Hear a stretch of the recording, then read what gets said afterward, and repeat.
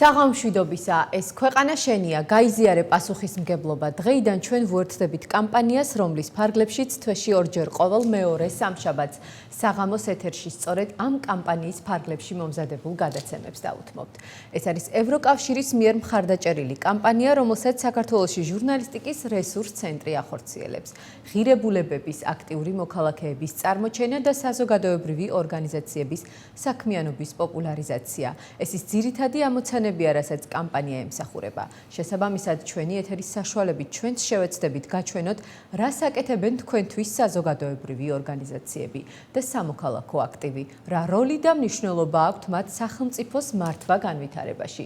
სოციალური ფუნქციის ჩამონათვალი კი საკმაოდ ვრცელია. იგი მოიცავს გარემოზე ზრუნვას, სოციალურად დაუცველი ადამიანების დახმარებას, სასამართლო თუ საკანონმდებლო პოლიტიკის შემუშავებაში ჩართულობას და ასე შემდეგ.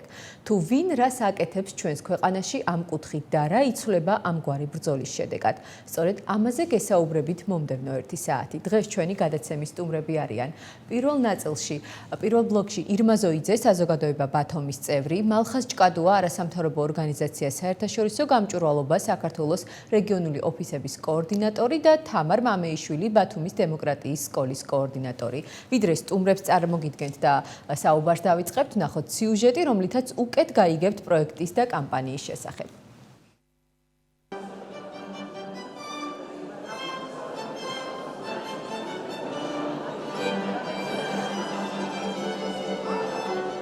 კამპანია ეხმაურება სამ პრინციპს. პრინციპში სამოქალაქო საზოგადოების ის ნაწილი, რასაც ჩვენ არასამთავრობო ორგანიზაციებს უწოდებთ, უფრო დაახლოვოს მოსახლეობასთან. მეორე, ხელახლა აღმოვაჩინოთ ეს ღირებულებები, რომელიც საქართველოს ევროპასთან თავის კუთვნილ ადგილთან აკავშირებს და მესამე, რომ ესე ვთქვათ, უფრო აქტიური გავხადოთ თვითონ მოქალაქეები, გავაძლიეროთ სამოქალაქო საზოგადოება. ეს ითქვა კიდეც, რომ ახალი სახეები გამოჩნდნენ, ჩვენ ხო ამოთხოვნთ პოლიტიკაში ახალი სახეები სამოქალაქო საზოგადოებაში.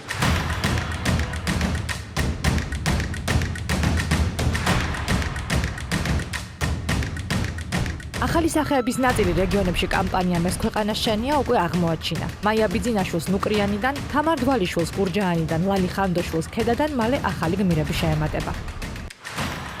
სამოქალაქო საზოგადოებას რეგიონებში ჟურნალისტიკის რესურს ცენტრი რეგიონულ მაუწყებელთა ალიანსის წევრებთან და პარტნიორებთან ერთად გააძლიერებს. 11 ტელევიზიის 100-მდე სადისკუსიო პროგრამა და ტელეხიდები რეგიონულ აუდიტორიას საშუალებას მისცემს თავად ჩაერთოს დისკუსიაში. როგორც გამოიკვეთა, ძირითადი აქცენტები ყოველთვის დედაქალაქზე კეთდებოდა. თუმცა მნიშვნელოვანია, რომ ჩვენი ხმა მიწვდეს იმ ადამიანებს, ვინც რეგიონებში, სოფლებში ადმინისტრაციული ცენტრიდან მოშორებით ცხოვრობენ. ამის საუკეთესო საშუალება ადგილობრივი სამოქალაქო საზოგადოების ორგანიზაციებისა და ადგილობრივი მედიის გამოყენებაა. ჩვენ უნდა გავიდეთ თბილის გარეთ, მოვუსმინოთ ადგილობრივებს, მხარი დაუჭიროთ და წავახალისოთ მათი ჩართულობა. მათი საჭიროებები ყველაზე კარგად სწორედ ადგილობრივმა ორგანიზაციებმა და მედიამ იცის. ის რომ ეს ქვეყანა შენია, უკვე იგრძნობდით სოციალურ მედიაში, YouTube-ზე, Instagram-ზე და Facebook-ზე. აქ მოქალაქეთა ჩართულობისთვის შექმნილ სპეციალურ გვერდებს სააგენტო ელიოტი მართავს.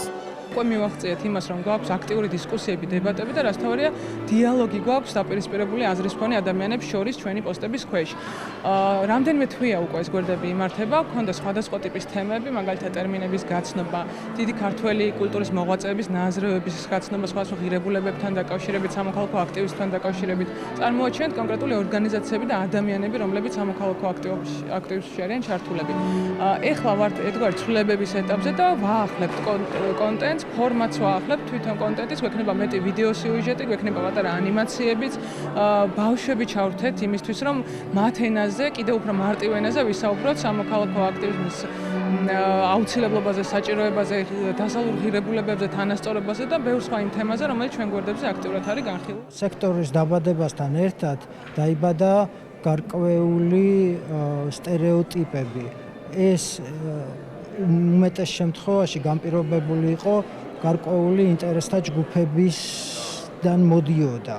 იმისათვის, რომ დისკრედიტაცია გაეწია სექტორისთვის. ჩვენ ყოველთვის ვებრძოდით ამას და ეს კამპანიაც ზუსტად მიმართულია აქეთკენ, იმიტომ რომ ის სტერეოტიპები, რაც ჩვენს შესახებ შეიქმნა, იქნება უცოდინრობით, იქნება იმ ინფორმაციული ვაკუუმით, როდესაც საზოგადოებას არ აქვს ინფორმაცია ჩვენ რას ვაკეთებთ და სწორედ ეს გვინდა რომ მივიტანოთ საზოგადოებამდე. ჩვენ გვაბრალიან რომ უცხოური ღირებულებები შემოგვაქვს ქართულ რეალობაში და ჩვენ გვინდა ვაჩვენოთ საზოგადოებას რომ ეს უცხო არ არის. ამაზე წერდა ილია, ვაჟა, აკაკი.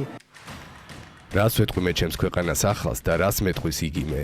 შევძლებ კი უნუგეშოს ნუგეში მოუფინო, ტირალს ცრემლი მოუწმინდო, უშაქს შრომა გავუადვილო, იმ სიტყვით ვასმინო, რომ არის მრავალი ქვეყნები, ჩვენზეთ უფრო უბედურად გაჩენილნი, მაგრამ უფრო ბედნიერად მცხოვრებნი. და ის თითოეული ნაპერწკალი, რომელიც არ შეიძლება რომ ყოველ კაცში არაჟოლავდეს, ერთ დიდ ცეცხლად შევაგროვო ჩემი ქვეყნის გაციებულის გულის გასათბობლად. შევძლებთ კი.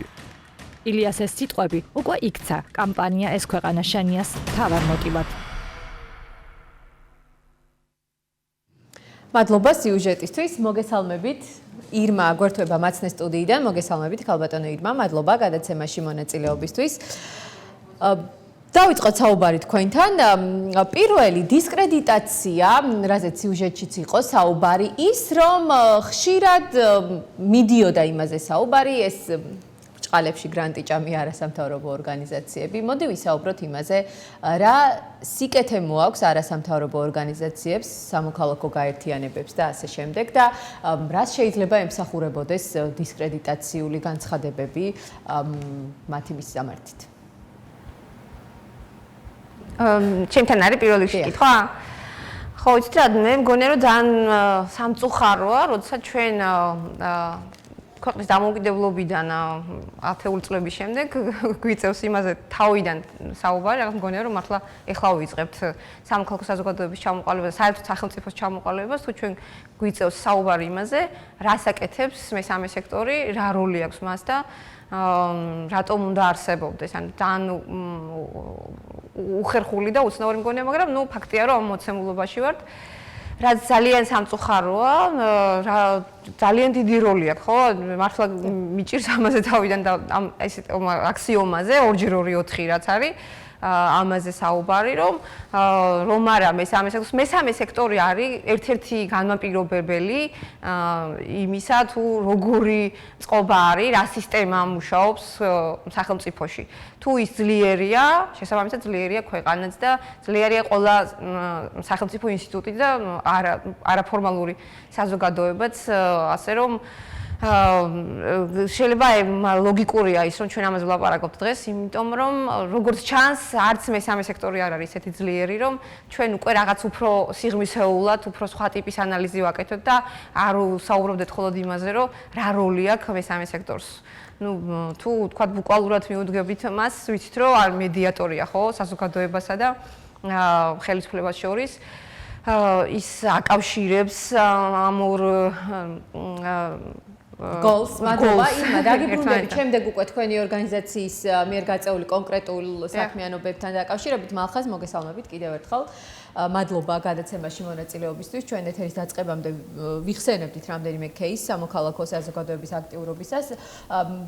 ეს ფერათმიანი გოგონები და ბიჭები, როგორც ხშირად გიწოდებენ ხოლმე, რას აკეთებთ და კონკრეტული მაგალითებით რომ მოვყვეთ, თუნდაც ბოლო დროს განვითარებული მოვლენებიდან გამომდინარე, რამდენად მნიშვნელოვანია სამოქალაქო აქტიურობა იმისთვის, რომ მოსახლეობის ინტერესები იყოს დაცული. მოგესალმებით, მივესალმებ თქვენს მაყურებელს. ამ სეზონზე მე მგონი პირველი სტუმრობაა მეორე სტუდიაში და წარმატებებს გისურვებ. წარმატებას უსურვებ ახალ პროექტსაც, რომელსაც ჩვენი კოლეგები და თანამოაზრეები ახორციელებენ. ძალიან მნიშვნელოვანი წამოწყებაა და იმედი მაქვს, რომ შედეგს მალევე გამოიღებს. ცხადია, ირმამ ძალიან კარგად ისაუბრა იმაზე, რომ სამწუხაროა, რომ დამოუკიდებლობიდან 22 წლის თავზე ისევ იმაზე გვიწევს საუბარი, რომ მესამე სექტორი არ არის, ასე ვთქვათ, ნაციონალური იდენტობის წარმთვევი და არც თავზე მომხვევი რაღაც გაურკვეველი ღირებულებების. ეს ღირებულებები ჩვენში არის. აქ ილია ჭავჭავაძის ერთ-ერთი ყველაზე საკვანძო ფრაზა იყო მოყვანილი მომზადებულ სიუჟეტში და მე საზოგადოებას გავახსენებ, რომ პირველი ადამიანი, რომელმაც პირველი არასამთავრობო ორგანიზაცია დააარსა საქართველოში, ეს იყო ილია ჭავჭავაძე, როდესაც მან ქართულ ერს მისცა საშუალება, რომ წერა-კითხვა ყოფილიყო ხელმისაწვდომი ყველასთვის. ანუ თავისი ბუნებით ეს საზოგადოება იყო სწორედ ის, რასაც პრაქტიკულად ჩვენ მემსახურებით ახლა, შეიძლება ვიღაცას ეს ძალიან ხმაურიან განაცხადად მიაჩნდეს, მაგრამ საკუთარი პრინციპით, მნიშვნელობითა და დატვირთვით, სწორედ ამას აკეთებდა წერა-კითხვის გამავრცელებელი საზოგადოება, სწორედ ამის გაკეთებას ვცდილობთ ჩვენ, რომ ეს საზოგადოებრივი სიკეთე მივიდეს კონკრეტულ ადრესატამდე. რას ვაკეთებთ ჩვენ, კონკრეტულად საერთაშორისო გამჭვირვალობა საქართველოს. მე გავიხსენებდი ათეულობით მოქალაქეს, რომელსაც მიწა დაურეგისტრირდა სადაო მიწა სახელმწიფოსთან და ხშირ შემთხვევაში ეს არის შედეგი იმისა, რომ სახელმწიფომ თავის დროზე რეფორმა არ გაატარა სათანადო და შესაბამისად ეს ადამიანები დარჩნენ საკუთრების გარეშე. ერთ-ერთი ბოლო მაგალითი არის გონიოს ტერიტორიაზე არსებული 70-მდე ოჯახი, მცხოვრები 70-მდე ოჯახი, რომელთაც დაურეგისტრირეს მიწა, რომელიც ჯერ დაურეგისტრირეს სახელმწიფომ წარმომადგენლებმა 2007 წელს, მაგრამ 2009 წელს ჩამოართვეს. გავიხსენებდი იმას, რომ ჩვენი სამოქალაქო საბჭოების დახმარებით ათეულობით პრობლემა ინფრასტრუქტურულ და სოციალურ დონეზე გვარდება მუნიციპალიტეტებში, მაგალითისთვის მეჩეთის გადახურვიდან დაწყებული დამთავრებული სანიაღვრე არხების გაკეთებით ქედის თუ შუახევის თუ ხულოს მუნიციპალიტეტებში. ჩვენ ეს აქტიური ადამიანები ყავს სწორედ იმიტომ, რომ გქონდეს ადვოკატირების ძალიან აქტიური კამპანია ხალხთან, ხალხისთვის და ისევ ხალხის მიერ იდენტიფიცირებული პრობლემებიდან გამომდინარე. არ ვისაუბრებ იმაზე, იმიტომ რომ ეს არის, ასე ვთქვათ, ყველასთვის ცნობილი, რომ ჩვენი ორგანიზაცია ანტიკორუფციული მოძრაობაა და მუდმივად ვსწავლობთ, როგორც ქონებრივ დეკლარაციებს, ისე სახელმწიფოს შესყიდვებს, ინტერესთა კონფლიქტებს, ძალიან ბევრი გახმაურებული საქმე ქონია და გვექნება კიდევაც განსაკუთრებით იმ პერიოდში, წინასაარჩევნო პერიოდში ჩვენ უკვე ვაკვირდებით, რომ კორუფციის რისკები იმაზე გაცილებით მაღალია, ვიდრე იყო რამდენიმე წლის წინ და ამის მტკიცებულებებს პერიოდულად ვაქვეყნებთ ხოლმე და მეოთხე მიმართულება, რომელსაც ასე ვთქვათ, ჩვენი ორგანიზაცია ხელმძღვანელობს პარტნიორებთან ერთად, ეს არის კამპანია ძალა ევროპაშია. კამპანია ძალა ევროპაში არის სწორედ იმისთვის მოწოდებული, რომ მოქალაქეებმა გაიგონ კონკრეტულად რა შეუძლიათ გააკეთონ ევროკავშირთან. და არა ქართველობის წასართმევად. ანუ რა თქმა უნდა, ეს არ გულისხმობს იმას, რომ ჩვენ ყურადღებას არ ვამახვილებთ უმცირესობების უფლებებზე და მისასალმებელია, რომ ბათუმის მერია თქვათ ამხილა დისკრიმინაციაში სასამართლომ, როდესაც თქვა, რომ მეჩეთის ასაშენებელ აი ამ პროცედურაში ბათუმის მერია მოიქცა არასწორად. არა მხოლოდ მერია არ ეთანხმება სასამართლოს. ნუ ეს სხვა საკითხია და მერია არ ეთანხმება, მას აქვს უფლება იმისი, რომ არ დაეთანხმოს, თუმცა არასამთავრობო ორგანიზაციები მუდმივად ილაპარაკებენ ადამიანების უფლებებზე და იმაზე, რომ სახელმწიფოს მმართველობის ხარისხი იყოს უკეთესი და სერვისი იყოს ხელმისაწვდომი. სხვაგვარად, ჩვენ თუ დავიწყეთ გაყოფა, ვინ, თქვათ, რა აფერის თმით მოძრაობს და თქვათ, ვის რა ტიპის ინტერესები და სურვილები აქვს, ან ვის რა ტიპის აღსარებლობა აქვს, მაშინ ჩვენ თავთან მოვალთ წინააღმდეგობაში, იმიტომ რომ ეს ქვეყანა მართლა ყველასია, რესპუბლიკა ყველას ეკუთვნის და მარტივია, რესპუბლიკა ნიშნავს ყველას საქმეს, ეს მისი განმარტებაა და შესაბამისად არასამთავრობო ორგანიზაციები, რომლებიც თუნდაც ძალიან მინიმალურ დონეზე იწყებენ უკვე ადამიანების გაყოფას, არიან საკუთარ თავში წინააღმდეგობაში მოსულები. პირიქით ჩვენ მოქმედებთ იმისთვის, რომ ამ ხალხამდე მივიდეს სერვისი, თავად საჯარო მმართველობის ხარისხი ამაღლდეს კიდევ ერთხელ როგორც ვამბობ და მესამე ის კურსი, რაც აქვს ქვეყანას არჩეული ევროპული და ევროატლანტიკური არ იქნეს შეცვლილი. სხვა ხსნა მართლა არ გვაქვს. დაგიბრუნდებით, მე მინდა მაყურებელს მივმართო, რომ შეუძლია ჩაერთოს დისკუსიაში, დაგვირეკეთ ტელეფონის ნომერზე 27-79-25. თამარ, ირმა საუბრობდა, რომ არ არის ალბათ საკმარისად ძლიერი არასამთავრობო ორგანიზაციები. მე მინდა როლზე პრინციპში უკვე ვისაუბრეთ. არის თუ არა საკმარისად აქტიური? როდესაც რამ აქციები იმართება ჩვენს ქალაქში, ძალიან ხშირად ისმის, რომ იქ სადღაც იდგა 20 კაცი, 200 გვითვლიან ხოლმე, რამდენი ვდგავართ და ვიცავთ ქალაქის და საკუთარ უფლებებს. მოქალაქეების არ ვიცი, დამოკიდებულება რამდენად შეიცვალა წლებთან ერთად, ამაზე მინდა რომ ვისაუბროთ. მოგესალმებით, ასევე მადლობა მოწვევისთვის, მეც გილოცავთ ახალ ეთერს. რაც შეეხება თემას, რა თქმა უნდა, მნიშვნელოვანი თემა და საზოგადოებრივი ორგანიზაციების პოპულარიზაცია არის ნამდვილად საჭირო დღეს, დღევანდელ რეალობაში. სამწუხაროდ კრიტიკა, რაზეც ისაუბრეს ჩემამდე თქვენმა სტუმრებმა და რაზეც სიუჟეტში იყო საუბარი, ძალიან ცხადი გახდა ბოლო პერიოდში და პრინციპში არც ხელისუფლების არც წარმომადგენელს არ ეზარება, რომ ჩვენსკენ გვაისროლოს.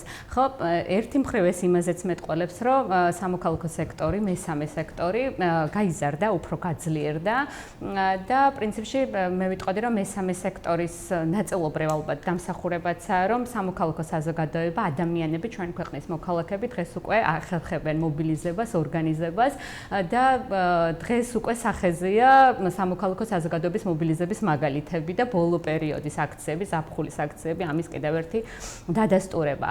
Რა თქმა უნდა, ეს პროგრესი მიდის, ამას უკვე ამის შეჩერება შეუძლებელია და ამაში მესამე სექტორს, ეგრეთ წოდებულს, მე უფრო მიჩვენია, რომ სამოქალაქო საზოგადოების ორგანიზაციები უწოდოთ ხოლმე, აქვს თავისი წვლილი. მთელი ამ ხნის განმავლობაში ზოგი უფრო მეტად ახერხებდა, ზოგი ორგანიზაცია ალბათ ამას, ზოგი ნაკლებად ახერხებდა შეიძლება თავის პოპულარიზაციასაც, მაგრამ ის ღირებულებები, რასაც ეს სამოქალაქო საზოგადოების ორგანიზაციები უჭერენ მხარს, ფაქტია, რომ უფრო გაძლიერდა ჩვენ საზოგადოებაში, უფრო მეტად ვფიქრობთ დღეს ადამიანის უფლებების დაცვაზე, უმცირესობების უფლებების დაცვაზე, აღარ ვფიქრობთ უკვე მხოლოდ რომ დემოკრატია, მხოლოდ უმრავლესობის მართლობა და რომ იქ მნიშვნელოვანია ხო სხვადასხვა უმცირესობის წარმომადგენლები, უფრო მეტად ვფიქრობთ ქალთა უფლებებზე და ისეთ საკითხებზე, როგორიცაა სიცოცხლის უფლება, ჯანსაღგარემოში ცხოვრების უფლება, თუნდაც ურბანული საკითხები, რაც ჩვენს ქალაქში არის ძალიან აქტუალური. დობის საკითხზე მინდა გკითხოთ, ახლა გამახსენდა ბათუმის უნივერსიტეტში დატრიალებულ ბოლოდროინდელ სკანდალთან დაკავშირებით, როდესაც დაზარალებულმა გოგონამ ვარი თქვა საქართველოს ახალგაზრდა იურისტთა ასოციაციის მხრიდან დაცვაზე, იმიტომ რომ არ ვიცი ვინ მას უთხრა, რომ შესაძლოა ორგანიზაციას გაეკეთებინა პიარი მის ხარჯზე და ასე შემდეგ. ნდობა საზოგადოების მხრიდან არასამთავრობო ორგანიზაციის შენ საუბრობდი რომ გაიზარდა და შეიცვალა შეხედულებები, თუმცა რა უნდა გაკეთდეს საიმისოდ? ხო, რა თქმა უნდა, რაღაც თვალი არ უნდა დაუხუჭოთ იმ ნაკლოვანებებზე, რაც აქვს სამოქალაქო ამ ორგანიზაციებს. ეს არის ალბათ მაინც კომუნიკაციის ნაკლებობა ხალხთან, მოქალაქეებთან და ხშირად არის ხოლმე ახსენებენ NGO ენა და რაღაც სპეციფიკური ტერმინებით საუბრობთ თქვენ არასამთავრობო ორგანიზაციების წარმომადგენლები და ეს მართლაც არის პრობლემა ალბათ. რაღაცა ეს უფრო სახალხო ტიპის მოძრაობა ისეთ როგორც აი ახსენა მახომ ხო ილია ჭავჭავაძეს ჰქონდა თავის დროზე, ეგ არის ძალიან მნიშვნელოვანი ხალხთან ახლოს ყოფნა. რა თქმა უნდა, ერთი მხრივ არასამთავრობო ორგანიზაციები არის სარკე საზოგადოების და ამ სარკეში ახედებს რა საზოგადოებას და ერთგვარად ეხმარება მას თვითკრიტიკაში, ხო? მაგრამ ამასთანავე რაღაცა ეს სიახლოვე თუნდაც ენის დონეზე, თუნდაც იმ პრობლემების გაგების დონეზე, რაც რეალურად აწუხებს მოსახლეობას, არის მნიშვნელოვანი. ეს მართლაც სამწუხარო ფაქტია, რაც ბათუმის უნივერსიტეტის შემთხვევაში მოხდა, თუმცა ეს ფაქტი გახმაურდა, გახდა ძალიან აქტუალური და ამაში იგივე სამოქალაქო საზოგადოებას, იგივე აქტიურ მოქალაქეებს აქვს თავისი წვლილი და რაღაცა ესე ცალსახადაც ხო არ გვინდა რომ შევხედოთ და ასევე ახალგაზრდა იურისტთა ასოციაცია არის ძალიან დიდი ნდობის მქონე ორგანიზაცია, რომელსაც ყავს არაერთხელ დაუცოს ადამიანები, თქვათ ადამიანების სასამართლო უფლებები და მიუღწევია წარმატებისთვის, ხო? ესეც ამის საპირწონეთ ეგ შემილია, რომ ვთქვა. მადლობა. ირმას მინდა ვკითხო. ირმა, არ არის ძველი თქვენი ორგანიზაცია ბათუმი, თუმცა საკმაოდ ხშირად ჩანს ეკრანებზე, საკმაოდ დიდი პერფორმანსები, აქციები, ასე შემდეგ. მე მინდა თქვენს კონკრეტული მაგალითები თქვენი საქმიანობის მოვიყვანოთ მაყურებლისთვის საინტერესოდ. ბოლო დროინდელი განსაკუთრებით რაც რივიერასთან დაკავშირებით ხდება და ამ შემთხვევაში რამდენად ახერხებთ თქვენ რომ საზოგადოებას მიაწვდინოთ ხმა, იმიტომ რომ იქ იყო საუბარი, რამდენი ადამიანი ესწრებოდა საკრებულოს ხდომას, რომ ეს არის ირმა ზოიძის, შოთა გუჯაბიძის თუ ვიღაცის ახირება სად რა უნდა აშენდეს და ასე შემდეგ. ის რომ შვამავალია სამოქალაქო სექტორი ამ შემთხვევაში და ადამიანების სახელით ხშირად საუბრობს ამასთან დაკავშირებით მინდა თქვენი აზრი. ხო.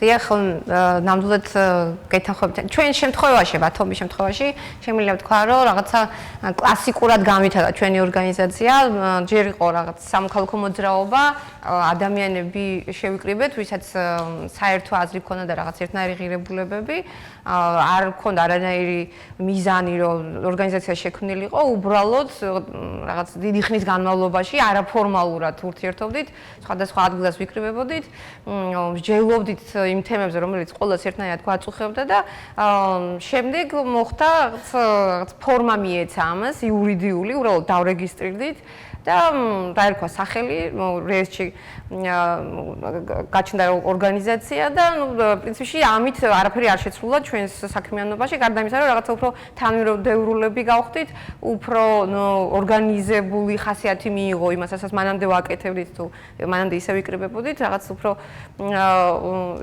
ინტენსივობა მიმატა და რაც შეეხება იმას, ვინ ესწრება ხოლმე ამ საჯარო შეხვედრებს და ვინ ლაპარაკობს საზოგადოების სახელით, მინდა გითხრათ, რომ მართლაც თქვენ სწორად თქვით, რომ არ არის ჩვენი ორგანიზაცია დიდი ხნის, მაგრამ ძალიან ბევრი მოხალისე ყავს და გაცილებით უფრო მეტი ადამიანი თხოვს და გამოთქვამს სურვილს, რომ შემოგვიერთდეს, უბრალოდ ჩვენი სისუსტეა ის, რომ არა ვართ ესეთი ორგანიზაცია კლასიკურად ანუ როგორც გითხარით, სამხალხო მოძრაობა იყო და ჩვენ არ გვაქვს ის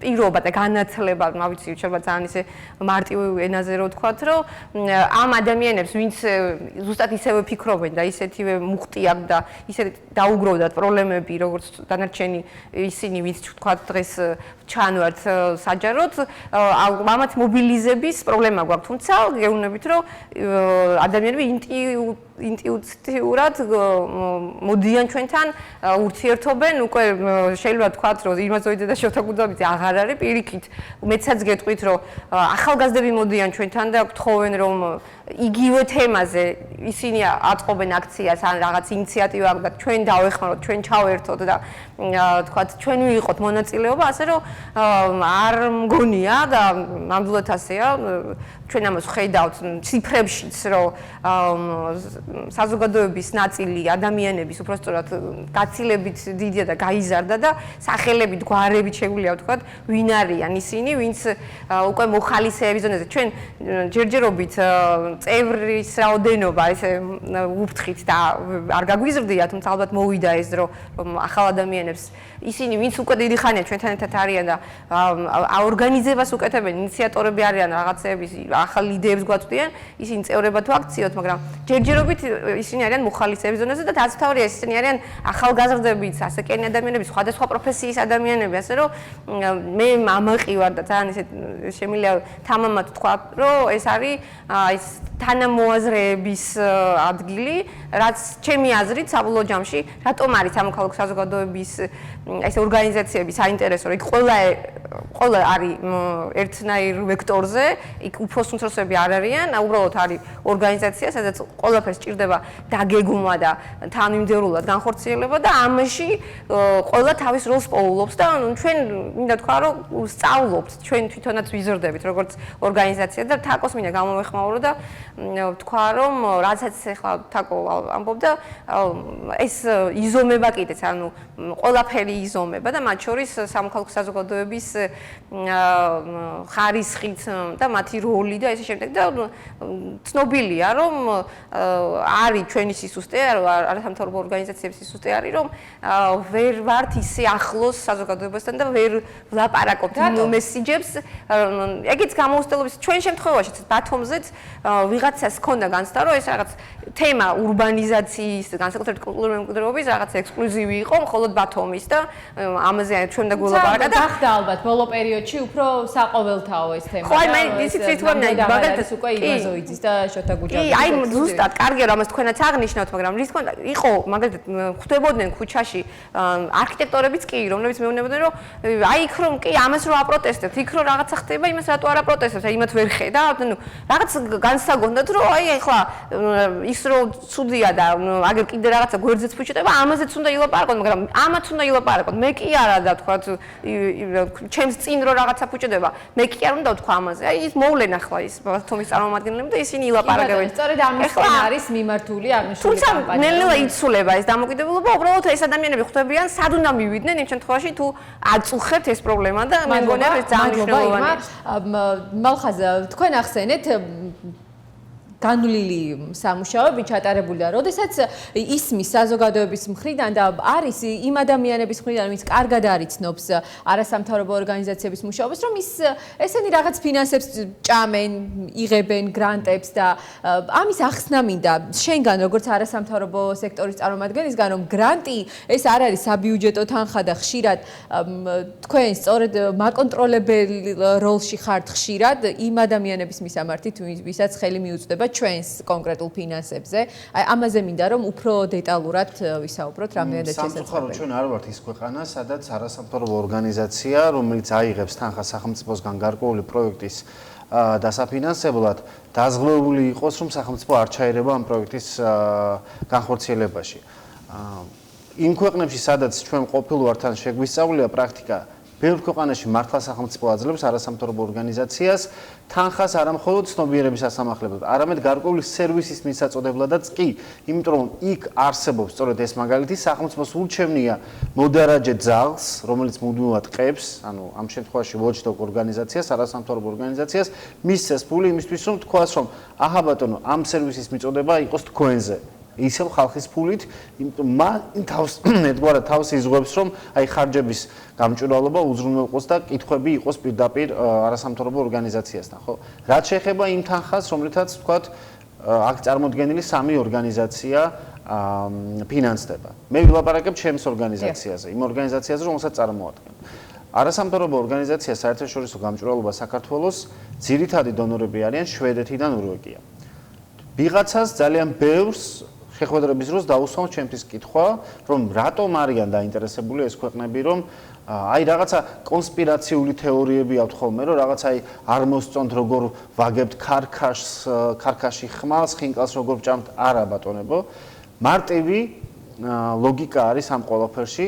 შვედეთი და ნორვეგია დაინტერესებულები არიან აღმოსავლეთ პარტნიორობის ქვეყნებში, რომელსაც ჩვენ ჯერჯერობით მოწინავე პოზიციები გვაქვს, იყოს დემოკრატიის ის ხარისხი, აქ ადამიანები იყვნენ დაცულები, აქ ადამიანები იღებდნენ კარგ განათლებას, რეალიზებას ახდენენ საკუთარი თავის და იყოს დემოკრატია. რატომ? იმიტომ რომ მარტივად რო ვთქვათ, თუნდაც ეს ადამიანები მერე არ ჩადგნენ წკრივში და არ მოითხოვონ პოლიტიკური თავისუფლება იმ თავიანთ ქვეყნებში რა. ძალიან მერკანტილური მიზანი შეიძლება დავინახოთ ამაში, მაგრამ პრაგმატიზმი არის ის, რომ ამ ქვეყნებში, რომლებსაც სადაც არის გარდამავალი დემოკრატია, რომელიც არის პოსტსაბჭოთა ძალიან მძიმე მემკვიდრეობით, ბოლოს და ბოლოს იყოს გასაქანი ადამიანისთვის და მან შეძლოს საკუთარი თავის, საკუთარი სურვილების, ინტერესების და განათლების რეალიზება. მეორე საკითხიც არის, ეს ქვეყნები არამხოლოდ არასამთავრობო ორგანიზაციებს აფინანსებენ, უპირველესად სახელმწიფოს აფინანსებენ და ჩვენ ვართ სწორედ იმ ფულის ხარჯვის მაკონტროლებლები, ანუ რეალურად ჩვენ შვედიდან ნორვეგიის გადასახადის გადამხდელების ფულით ვაკონტროლებთ საქართველოს მთავრობას, რომელიც იღებს შვედი და ნორვეგიელი გადასახადების გადამხდელების ფულს იმისთვის, რომ საქართველოში გაკეთდეს საქმე. ეს არის მარტივი სქემა და არავით არის რაღაცა მასონური შეთქმულება, ან რაღაცა რო უყვართ ხოლმე კონსპირაციები და ასე ვთქვათ, პირიქით თუ ვინმე ებრძვის ამ მოძრაობას, ეს არის ისევ და ისევ რუსული პროპაგანდა, ის რომ თურმე ჩვენ რაღაცა მხოლოდ გვაინტერესებს სექსუალური უმცირესობების უფლებების დაცვა, დიახაც გვაინტერესებს, მაგრამ გვაინტერესებს სხვა უფლებებიც. ეს არის საკუთრების უფლების დაცვა, ეს არის კონსტიტუციით გარანტირებული უფლების დაცვა, ეს არის საარჩევნო ხმის საარჩევნო უფლების გამოყენება და უამრავი სხვა რამ. არ შეიძლება ერთი უფლება მეორეზე მეტი ან ნაკლები იყოს. ეს ვერ გაიგო საქართველოს ვერც ერთმა ხელისუფლებამ და ამაშია საქმე. ამიტომაც ბატონებო, თუ რამე კითხვა გაქვთ, ან თუ რამე გიჭირთ, მაგალითად საკუთრებას ვერ ირეგისტრირებთ, ან მაგალითად საჯარო სამსახურიდან თვლით რომ პოლიტიკური ნიშნით დაგითხოვეს, მობრძანდით ბათუმში ფარდავაზმების 74 ნომერში ჩვენი კვალიფიციური იურისტები და ჩვენი მკვლევარები დაგაკვალიანებენ და მიიღებთ სამართლებრივ დახმარებას და არა მხოლოდ სამართლებრივ დახმარებას, ყველაფერ შესაძლებელს, რაც კი შეიძლება იყოს საერთაშორისო გამჭვირვალობა საქართველოსგან და იმედი მაქვს, რომ ის მითებიც მოიშლება იმასთან დაკავშირებით, რომ ჩვენ უცხო პლანეტელები ან მასონები გვმართავენ. მადლობა, თქვენ ბევრჯერ მოგიწევთ ამ ეთერში აღნიშნულ საკითხის საუბარი, დასასრულისკენ რომ წავიდეთ, რაზეც საუბრობდით, ირმა ამბობდა, რომ ბევრი ადამიანი ელოდება, როდის მივა და ისაუბრებს მის პრობლემაზე სხვა არასამთავრობო ორგანიზაცია, ხშირად ჩვენ ჟურნალისტებსაც გველოდებიან და გვეუბნებიან, რომ თქვენი თვალით ხედავთ და ჩვენ ნუ გთხოვთ ინტერვიუს, თქვენ თვითონ თქვით ჩვენი სათქმელი.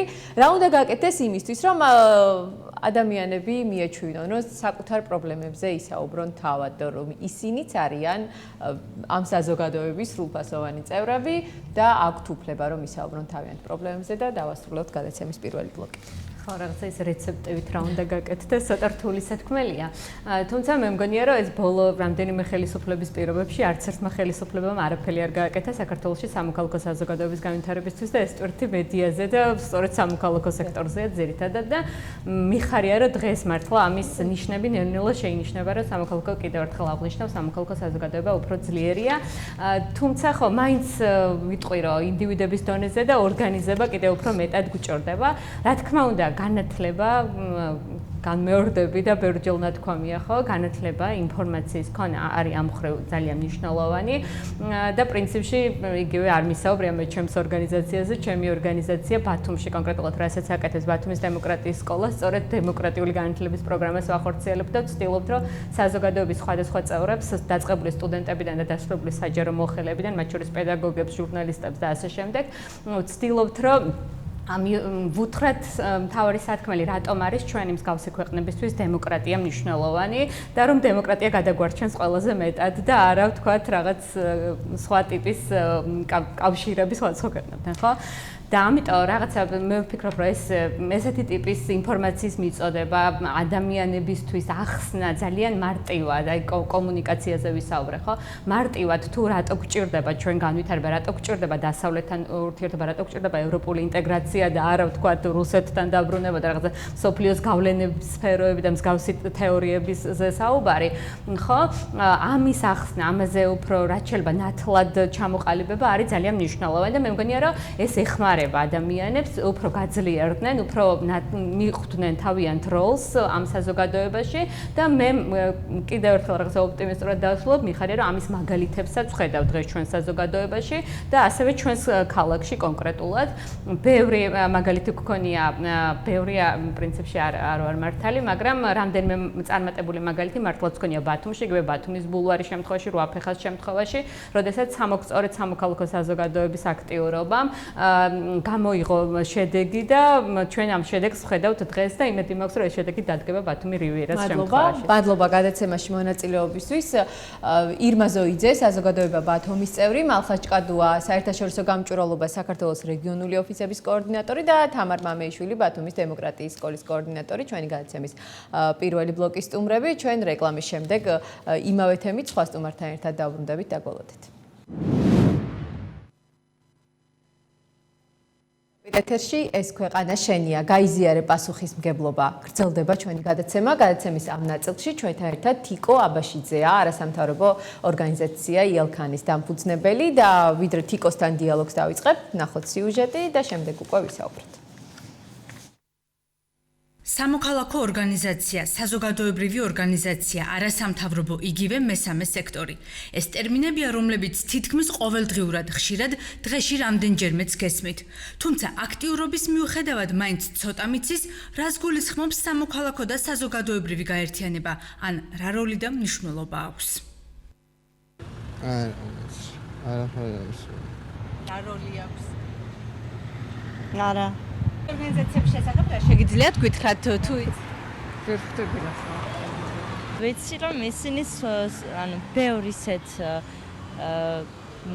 პროექტებს აფინანსებენ და აკეთებენ, რაც ახალგაზრდებს ეხმარება საკუთარი თავის წარმოჩენაში და უფრო კომუნიკაბელურებს ხდის და საზოგადოებასთან ურთიერთობას ასწავლის. საზოგადოებრივი ორგანიზაციების ძირითადი ამოცანა რომ გააკონტროლონ არსებული ვითარება ქვეყანაში, ცალკეული პოლიტიკური პარტიების, ქვეყნის საქმიანობა, სახელმწიფო თვითმფრინავის საქმიანობა და ინფორმაციას ფლობდნენ და ზეწოლას ახდენდნენ, მე ასე მიმაჩნია.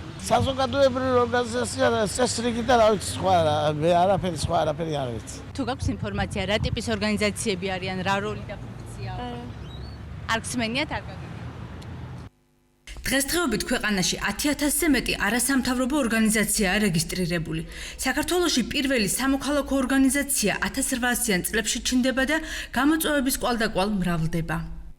ერთ-ერთი ყველაზე დიდი პირველი არასამთავრობო ორგანიზაცია ეს იყო 1838 წელს ჩამოყალიბებული ქართველ პატრიოტთა კავშირი. ეს ძალიან საინტერესოა, ძალიან საყურადღებოა და გიორგი ერისთავი ხელმძღვანელობდა მას. ეს ცნობილი 1838 წლის შეთქმულების ერთ-ერთი აქტიური მონაწილე, წერა-კითხვის გამავრცელებელი საზოგადოება. ამაზე დიდი, ამაზე მნიშვნელოვანი და ამაზე მე-19 საუკუნეში გამორჩეული, ერთ-ერთი ყველაზე გამორჩეული არასამთავრობო ორგანიზაცია საერთოდ არ ყოფილა საქართველოში თეატრალური დასი, თეატრის მოღვაწეთა კავშირი, ერთ-ერთი მნიშვნელოვანი და ერთ-ერთი გამოსაყოფი თუ შეიძლება ითქვას არასამთავრობო ორგანიზაცია. სხვადასხვა მიზეზით წლების განმავლობაში ამგვარი ორგანიზაციები მუშაობას წყვეტდნენ. საზოგადოებრივი ორგანიზაციების დაარსების მორიგი ტალღა უკვე თანამედროვე ეპოქაში იწყება. დღეს ერთ-ერთი გამოცდილი და დიდია ახალგაზრდა იურისტთა ასოციაცია. სამოქალაქო საზოგადოების ეს ამართლებრივი სახელმწიფოს, ანუ შექმნა ადამიანის ღირსების დაცვა, იურიდიული პროფესიის განვითარება, პროფესიული ეთიკის ჩამოყალიბება და საზოგადოებაში რაც მთავარია სამართლებრივი სამართალშეგნების და სამართალშეგნების დონის ამაღლება. ეს არის ის ძირითადი მიზნები, რომლის დაცვასაც ემსახურება ორგანიზაცია 25 წლის განმავლობაში. როგორც ისტორიულ წარსულში მოთხოვნების და საჭიროებების მიხედვით ორგანიზაციები დღემდე იქმნება. ერთ-ერთი უკანასკნელია ბათუმი, რომლის სახელსაც ბათუმში არაერთი ბრძოლა უკავშირდება კულტურული მემკვიდრეობის დასაცავად. უფრო უარესი თუ კი შეიძლება იყოს რომ არ არის, ალბათ ერთ-ერთი სწორედ ამ საზოგადოებრივ ბათუმის დამსახურებაა. ყოველ შემთხვევაში ამის შესახებ უფრო და უფრო მეტი ბევრი ადამიანი გებულობს იმ დანაშაულებრივი პოლიტიკის შესახებ, რაც ქალაქში ხდება ხელისუფლების მიერ და უფრო მეტმა ადამიანმა გაიგო ის ღირებულებები, რომელიც ამ ისტორიულ არქიტექტურას რაღაც ურბანულ განაშენიანებას გააჩნია. ასევე საზოგადოებრივი ორგანიზაციების წყალობით დაემსხვრა არაერთი სტერეოტიპი. პროცესმა კი თავისთავად ახალი საჭიროებები გააჩინა და კიდევ უფრო გაზარდა ორგანიზაციების როლიც. მიუხედავად იმისა, ყველას საკუთარი ნიშა აქვს, ძირითადი საზრუნავი მაინც საერთოა. ის არის ძირითადი შემაკავებელი და შემზღუდავი ფაქტორი იმისათვის, რომ ბოროტად არ იქნეს გამოყენებული სახელმწიფო მართვის ბერკეტები ამ სახელმწიფო ინსტიტუტების მიერ, არ იქნეს ბოროტად გამოყენებული ის ფინანსური ძალაუფლება, რომელიც ბიზნესის ხელშია თავმოყრილი და სწორედ ამის კონტროლის საშუალებას იძლევა ძალიან ეფექტურად ეს საზოგადოებრივი ორგანიზაციები. იძულების წესით ხან მოლაპარაკებების წესით და ასე შემდეგ, რომ არ ყოფილიყო არასამთავრობო ორგანიზაციები, საზოგადოებრივი ორგანიზაციები, როგორც დღეს ვეძახით ჩვენ, რა თქმა უნდა, სურათი უფრო უარესობისკენ გვექნებოდა, იმიტომ რომ დღეს მინიმუმ ის, რომ ძალიან მნიშვნელოვანია, რომ ბავშვებმა ახალმა თაობამ იცის საკუთარი უფლებები, ვფიქრობ, რომ დიდი წილი საზოგადოებრივი ორგანიზაციების დამსახურებაა. საზოგადოებრივი ორგანიზაციების როლი და მნიშვნელობა რომ დიდია, აქსიომად კარგახანია იქცა. თუმცა ფუნდამენტური ღირებულებების განმტკიცების პარალელურად მათ კიდევ ერთი მისია აქვთ: გაზარდონ სამოქალაქო ინიციატივები.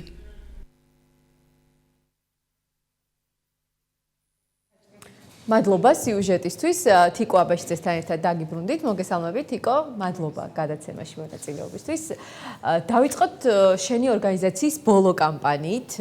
გამიშვი სკოლაში. რამდენი ბავშვი გავუშვით წელს სკოლაში და საკმაოდ მცირე თქვენ არ ხართ გრანტებზე დამოკიდებული ორგანიზაცია და მე მინდა რომ ვრცლად ვილაპარაკოთ ახლა იმაზე, რა გაგიკეთებიათ და რამდენად მნიშვნელოვანია საზოგადოების გვერდში დგომა. გამომდინარე ქვეყანაში არსებული სოციალურ-ეკონომიკური მძიმე მდგომარეობისა, წელს ჩვენი ორგანიზაცია დაახლოებით 150-მდე ბავშვს დაეხმარა, რომ მომზადებულიყო სასკოლოდ, სრულყოფილად და წასულიყო სკოლაში ისეთი ბედნიერი და გახარებული, როგორც ჩვეულებრივი ოჯახებიდან მიდიოდნენ ბავშვები. ეს რა თქმა უნდა არ იყო იოლი ამხელა თანხის მობილიზება, ამ ნივთების მობილიზება, ჩართული იყო საზოგადოების სხვადასხვა სექტორიდან წევრები, ასევე უბრალო მოქალაქეები და საბოლოო ჯამში აქცია გამიშვი სკოლაში შედგა წარმატებულად და ბედნიერი ბავშვები წავიდნენ სკოლაში სექტემბერში და ვფიქრობ, რომ ეს იქნება მათთვის მოტივაცია, რომ შემდგომ უკვე წარმატებულად და კარგად გააგრძელონ სკოლაში განათლების მიღება. თუმცა არ არის ეს საკმარისი, ეს იყო ერთჯერადი სკოლაში გაშვება, რაღაცა რვეული წიგნი, ერთი ხელი ტანსაცმელი და ძალიან რამდენი ბავშვი არის ახლა თქვენთან, რომელსაც მუდმივად ესაჭიროება დახმარება. დღესდღეობით ჩვენ ფონდი 46-მდე არასრულწლოვანს აერთიანებს, მხოლოდ ეს არიან მხოლოდ ის ბავშვები თვლადი, რომლებიც ყოველდღიურად ღებულობენ ჩვენ სერვისს, ეს არის ერთჯერადი კვება, ტანსაცმელებით მომარაგება და სხვადასხვა სერვისებში ჩართვა, აქედან ავარჩევ ერთს, რომ ჩვენ უფასოდ ვაწვდით მათ მოსამზადებელ კურსებს, ეს არის უცხო ენა, ხატვა, მუსიკა და არიან ჩართული ასევე ფსიქოლოგის მომსახურებაში, ესეც უფასოდ მიეწოდებათ ამ ბავშვებს, თუმცა ჩვენ კიდევ ერთხელ გავიმეორებ თქვენ აღნიშნეთ წეგან, რომ არა გვაქვს არანაირი გრანტი, არც შემოსავალი, არც ბიუჯეტი ორგანიზაციას არ გააჩნია, რომ დააფინანსოს რომელიმე სერვისი, ეს მთლიანად საზოგადოების აქტიურობით და იმ ადამიანების პასუხისგებლობით კეთდება, რომლებმაც იციან თუ რამდენად მნიშვნელოვანია ბავშვების განათლება დღეს ქვეყანაში და რამდენად მნიშვნელოვანია, რომ ნაკლები ბავშვი იყოს ქუჩაში და ნაკლები ბავშვი იყოს დამოკიდებული დანაშაულის პრევენცია, ეს ერთგვარი, ასე ვთქვათ, იმიტომ რომ პირველადი ნაბიჯები დგმება ჩვენს ორგანიზაციაში იმისთვის, რომ ბავშვები აღარ იყვნენ ჩართული სხვადასხვა საქმიანობაში, სხვადასხვა ტიპის საქმიანობაში ქუჩაში, როგორც არის ფულის მოგროვება, ქუჩაში მუშაობა და ასევე ესეც ძალიან მძიმე ფაქტი პროსტიტუცია. თიკო, მე მინდა ცოტა უფრო უკან გადავინაცვლოთ და ერთადერთი ორგანიზაცია პრინციპში, რომელიც ახლა ამ დროისთვის აჭარაშია ამ საქმიანობას ეწევა, მოგვიყევი რატომ გადაწყვიტე ჩაბმულიყავი ამ ძალიან მძიმე საქმიანობაში, იმიტომ რომ საკმაოდ რთულია ჩვენ ერთეულებთან, როდესაც გვიწევს ურთიერთობა, მაშინაც ემოციურად ძალიან რთულია. როგორ მოხდა, რა იყო პირველი ნაბიჯები და საჭიროებიდან გამომდინარე ცხადი? ვფიქრობ, რომ ეს იყო იმ ადამიანების გამოძახილი, რომლებსაც რეალურად ნამდვილად სჭირდებოდა დახმარება, როცა ჩვენ გარკვეული ტიპის საქველმოქმედო აქციებს გეგმავდით, პირველი ნაბიჯები რაც იყო, ვეხმარებოდით ოჯახებს, აღმოვაჩინეთ, რომ ოჯახებში იყო ბავშვებთან განათლების პრობლემა. ისინი ვერ ღებულობდნენ სრულფასოვან განათლებას, ვერ ერთვებოდნენ იმ სერვისებში, რომლებიც სახელმწიფოს უკვე ჰქონდა. ანუ წვდომაც არ ჰქონდათ სახელმწიფოს მიერ შექმნილ სერვისებზე, იმიტომ რომ ინფორმაციის ნაკლებობას განიცდიდნენ. შემთხვევაში ოჯახში არც ტელევიზორი იყო, ოჯახს არ ჰქონდა შესაძლებლობა მისულიყო ყოველდღიურ რეჟიმში, ვთქვათ, მერიასთან ან სოციალურ სამსახურთან, იმიტომ რომ ყავდა შეზღუდული შესაძლებლობის მქონე ბავშვი და აქედან გამომდინარე ინფორმაციის უქონლობას განიცდიდა. ჩვენ გადავწყვიტეთ, რომ შეგვექმნა ორგანიზაცია, რომელიც გააერთიანებდა სოციალურად მოწყვლადი ჯგუფების პრობლემებს და იმუშავებდა ამ პრობლემების აღმოფხვრაზე. ჩვენ ვცდილობთ სახელმწიფოს მივაწვდინოთ ხმა, შევიმუშაოთ გეგმა, მივაწვდინოთ კანონპროექტები, რომლებზეც ხშირად ვსაუბრობთ, რაც ეხება ქუჩაში მომუშავე და მცხოვრებ ბავშვს, თუმცა ჯერჯერობით არც ერთი ჩვენი გადადგმული ნაბიჯი გათვალისწინებული არ ქონია ხელისუფლებას. რეალურად 2015 წელს დავარსით ოფიციალურად, თუმცა 2014 წლიდან მუშაობთ ქუჩაში მცხოვრები და მომუშავე ბავშვების პრობლემებზე და არაერთი ბავშვი ჩვენ უკვე გავაკეთეთ 4 წლის ანგარიში და აღმოჩნდა, რომ 150-მდე ბავშვი დავაბრუნეთ ოჯახში და ისინი სრულყოფილად უკვე განაგრძობენ ცხოვრებას, მუშაობას, სწავლას, განათლების მიღებას, აქედან 4 უკვე ამთავრებს უმაღლეს სასწავლებას და წელს მარტო 27 ბავშვი დაუბრუნეს სკოლაში, მათ აღუდგათ სტატუსი და დაიწყეს განათლების მიღება. მე ვასახელებ ციფრებს, რომლებიც ანუ სოციალური სამსახურის ავლით გაკეთდა. ის რაც სოციალურ სამსახურში შედის ცალკე кейსებად, ეს უკვე კიდევ ერთი გლობალური პრობლემაა, ვინაიდან სოციალური სამსახური პირდაპირ ამისამართებს ჩვენთან დახმარების სათხოვნელად ამ ოჯახებს და რეალურად ფაქტიურად რეგიონში ერთადერთი ორგანიზაცია ვართ, რომელიც ესე გლობალურად მუშაობს ყველა პრობლემაზე. ეს იქნება მედიკამენტების დახმარება, სამედიცინო სახის დახმარება, ტანისამოსის დახმარება, საკვები პროდუქტების მიწოდება ერთჯერადად, მრავალჯერადად. ჩვენ გვყავს ოჯახები, რომლებიც ჩართულია ჩვენთან სერვისში და ჩვენ ყოველდღიურად ვატანთ მანდ ფონდიდან საკვებს უკვე გამზადებულს მზას, რომელსაც ჩვენი დიასახლისი ამზადებს, ასევე გვაწოდდის ერთ-ერთი კომპანია უკვე მზას სახის საკვებს და აქედან გამომდინარე რეალურად 1000-ობით ოჯახმა მიიღო ამ წლების განმავლობაში ჩვენი სერვისი. დღესდღეობით 150-მდე ოჯახია ჩართული ამ სერვისში და აქედან 46 ბავშვი ყოველდღიურ რეჟიმში იღებს ჩვენ სერვისს. საზოგადოების ჩართულობაზე მინდა რომ მეტი ვისაუბროთ, იმიტომ რომ ალბათ მარტო თიკო აბაშიძე ვერ შეძლებდა ამდენს ნამდვილად და მით უმეტეს მოგწეს რომ თქვენ არანაირ თქვათ უცხოურ გრანტებს და საბიუჯეტო სახსრებს არ ღებულობთ. რამდენად როგორ მოახერხეთ საზოგადოების მობილიზაცია, გაერთიანება? მე ვნახე უკვე პირადად რამდენჯერმე როგორ მოახერხეთ რომ ბავშვები სკოლაში დაგებრუნებინათ, მათთვის შეგეძინათ რაღაც ნივთები, მიზერული თანხებით, თუმცა ადამიანებს უკვე აქვთ ნელ-ნელა ის შეგნება, რომ უწილადონ შეიძლება ითქვას თავიანთი სარჩო სხვის შვილებს. როგორ იყო პირველი ნაბიჯები, როდესაც ადამიანებს მიმართავდით ხოლმით, რომ შენთან ერთად დახმარებოდნენ სხვებს? მე ვფიქრობ, რომ პირველი ნაბიჯები უფრო კარგი და წარმატებული იყო, იმიტომ რომ ხალხი მაშინ ახლად ეცნობოდა რა იყო ქველმოქმედება, რა იყო ადამიანის დახმარება, ხელის გაწოდება და სამწუხაროდ დღესდღეობით უფრო მეტი გაჭირვებული ყავს და მეტ ადამიანს ჭირდება ხელშეწყობა, ვიდრე თქვათ 4 და 5 წლის წინ. აქედან გამომდინარე ძალიან ისე აქტიურად და ასე ვთქვათ, თამამად შემიძლია ვთქვა, რომ უბრალო ხალხის დახმარებით ვდგამდით ამ ნაბიჯებს და დღესდღეობითაც რეალურად არ მახსენდება რომელიმე ბიზნეს ორგანიზაცია, რომელმაც მოვიდა და კონკრეტული სახის დახმარება გაუწია ჩვენს ორგანიზაციას, ჩვენს ბენეფიციარებს და იმ ოჯახებს, რომლებიც საჭიროებენ დახმარებას. რამოდენიმე კომპანია, რომელიც არის ძალიან ისეთი პატარა, მცირე სადისტრიბუციო კომპანიებს ფლობენ მხოლოდ მათ გაუწოდეს დახმარების ხელი ამ ოჯახებს და აი ამაყივარ ჩემი ხალხით, იმიტომ რომ უბრალო ადამიანები, რომლებიც თავადაც კი ხელფასი შემოსავლით ცხოვრობენ, ძირითადად ეს ადამიანები ცდილობენ აღმოფხრან იმ ადამიანების პრობლემები, რომლებიც შიმშილობენ და სჭირდებათ დახმარება და არიან რეალურად სიღარიბის ზღვარს მიღმა და მათი შვილებიც ისეთივე ბედნიერები უნდათ, რომ იყვნენ, როგორიც თავიანთ შვილებს ზრდიან. აქედან გამომდინარე, მე ვფიქრობ, რომ უბრალო ხალხის მხარდაჭერა უფრო მნიშვნელოვანია ჩვენთვის დღეს, ვიდრე იმ ადამიანებს, ვისაც რეალურად აქვს და შეუძლია უწილადოს, მაგრამ რაც გარკვეული სახის კითხვით ნიშნები ჩდება ყოველ შემთხვევაში. ნდობა, თქვენ ახსენეთ თუ როგორ მოაღწიეთ დღემდე, ეს არის ნდობა, სუფთა ხელები, რომლებიც ჩვენ გაგვაჩნია ჩვენს ორგანიზაციას და სახელი, რომელიც 4 წლის განმავლობაში მოვიპოვეთ, რადგან რეალურად ყოველგვარი დაფინანსების გარეშე, ყოველგვარი გრანტის გარეშე, ყოველგვარი შემოწირულობის გარეშე, იმიტომ რომ ორგანიზაციები ძირითადად შემოწირულობით ცხოვრობენ, ჩვენ ვაკეთებთ საქმეს, ისეთ საქმეს, რომელიც დღეს ქვეყანას საარსებოდ სჭირდება, რადგან ჩვენ ვავსებთ იმ ჭრილს, რომელიც სახელმწიფოს აქვს ცარიელი დატოვებული და ჯერ კიდევ კანონპროექტების დონეზეც არა აქვთ განხილული ის საკითხები, რომლებიც ამ წელს პრობლემურად დგას ქვეყანაში. აქედან გამომდინარე, თუ ჩვენ დავხურავთ კარებს იმ ადამიანებისთვის, იმ ბავშვებისთვის, ვფიქრობ, ძალიან ცუდი სავალალო შედეგის წინაშე დადგება თვითონ რაჭარის რეგიონის და ქალაქი, თუმცა ჩვენი დახმარების ხელი მხოლოდ რეგიონში არ ვრცელდება. ჩვენ ვცდილობთ გავცდეთ მის ფარგლებს და სხვა ადამიანებსაც მივაწოდოთ ის სერვისები, რომლებიც ჩვენ გვაქვს ამჟამად. თიკო, გადაცემის დასაწყისში ახსენე შენ როგორც უსახლკაროები პროსტიტუციაში ჩაბმული არასრულ წლოვნები. ამ შემთხვევაში ალბათ მხოლოდ ის რომ გამოკვებო ერთჯერადად ტანსაცმელი უყიდო და სკოლაში შეიყვანო არ არის საკმარისი, იმიტომ რომ ფსიქოლოგიური დახმარება სჭირდება ამ ბავშვებს საზოგადოების მხრიდან სკოლაში სადაც მიდის და ჩვენ როდესაც საუბრობდით იმაზე კადრის მიღმა ცხადია, შემდეგ უკვე როგორია დამოკიდებულება სკოლაში, როგორ გრძელდება მათი ცხოვრება. ამაზე მინდა რომ ცოტა უფრო ვრცლად მოყვე.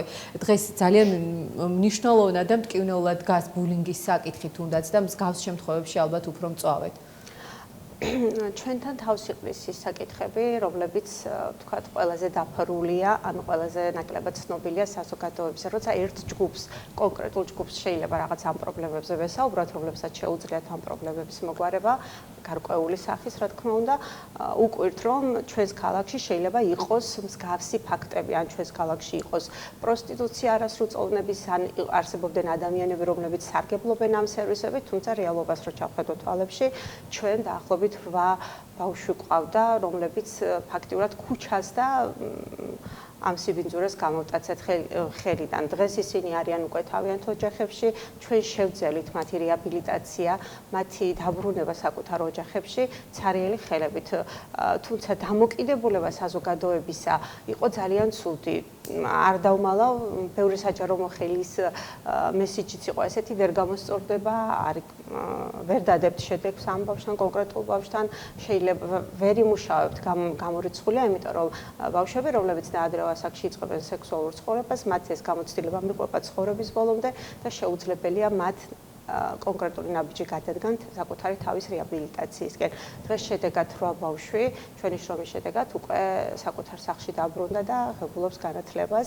ჩვენ იმედი გვაქვს, რომ ისინი გააგრძელებენ საკუთარი თავის რეაბილიტაციას სოციუმში ადაპტირდებიან ძალიან ადვილად და დაუბრუნდებიან სკოლებში მასწავლებლებთან, დირექტორთან, კლასელებთან ურთიერთობაში როგორ ეხმარებით და როგორ არწმუნებთ თუნდაც მე ვიცი რომ ხდება შენ ეს წინააღმდეგობები თუნდაც სკოლების მხრიდანაც არის ხშირად მასწავლებლების იგივე მშობლების მხრიდან და ასე შემდეგ მე ცხადია არ მოგთხოვ ხა იდენტიფიცირებას მაგრამ როგორ ახერხებ იმას რომ ეს ბავშვები სკოლის მერხთან მიიყვანო ერთხელ და მათ მეორე და მესამე დღესაც გაუჩნდეთ სურვილი რომ მივიდნენ და გააგრძელონ სწავლა ძალიან გახმაურებული ფაქტიდან დავიწყებ როცა რუსთავში ერთ-ერთ სკოლაში კონკრეტულ ბავშვზე ფეხზე დგას მშობლებიც, დირექციაც, სკოლაც და ფაქტიურად უარყოფენ 11 წლის ბავშვს და ამბობენ რომ ჩვენ არ გვინდა ეს ბავშვი სკოლაში.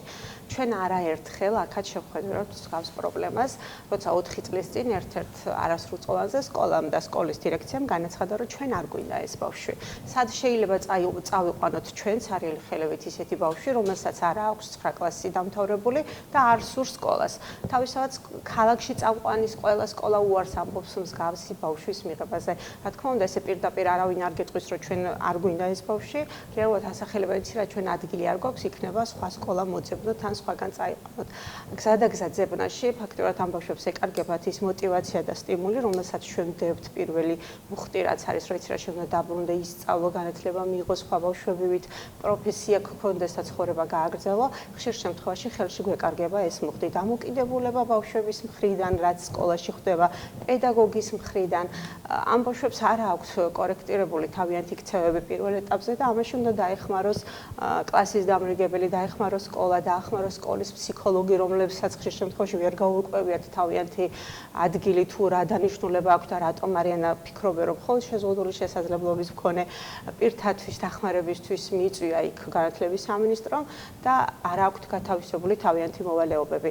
ამიტომ ფიქრობ, რომ 21 საუკუნეში ჩვენი მთავარი პრობლემა და აქილევსის ქურცლი რჩება განათლების სამინისტრო და განათლების ხარისხი, ძალიან დაბალი ხარისხი სკოლებში და მიდგომები.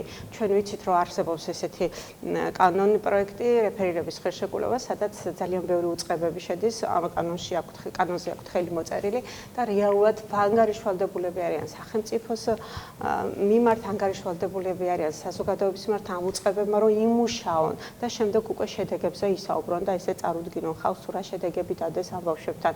კონკრეტულად ფიქრობ, რომ ჯერ არც ერთი უწყება არ დებს სრულყოფილ შედეგს და სკოლაზე ხო საუბარი ზედმეტი არც იცნობენ, სკოლის დირექციაც კი არ იცნობს ამ რეფერირების ხელშეკრულებას.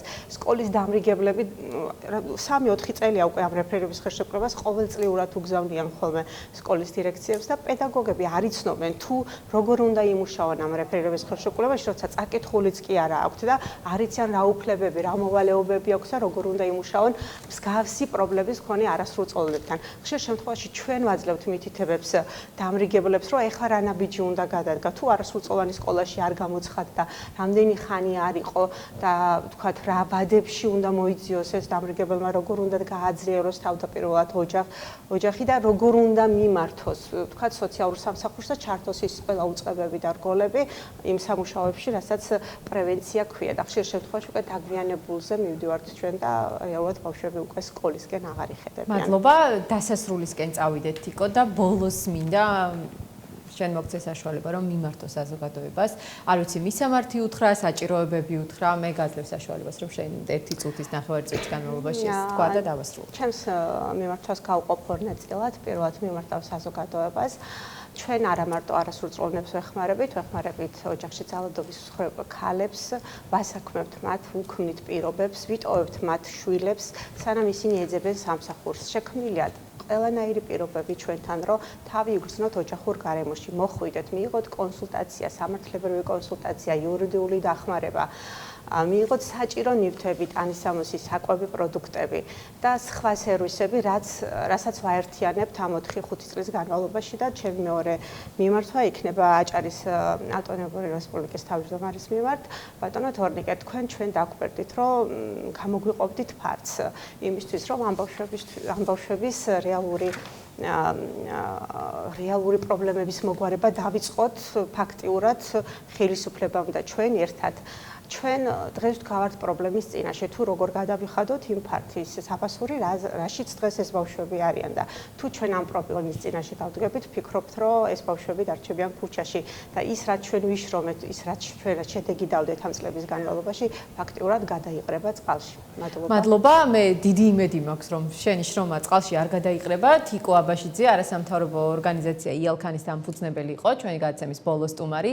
ეს ქვეყანა შენია, გაიზიარე პასუხისმგებლობა. გადაცემა დასრულდა. მე ნაზი ქობულაძე ვარ და ჩვენ ერთმანეთს პარასკევს შევხვდებით.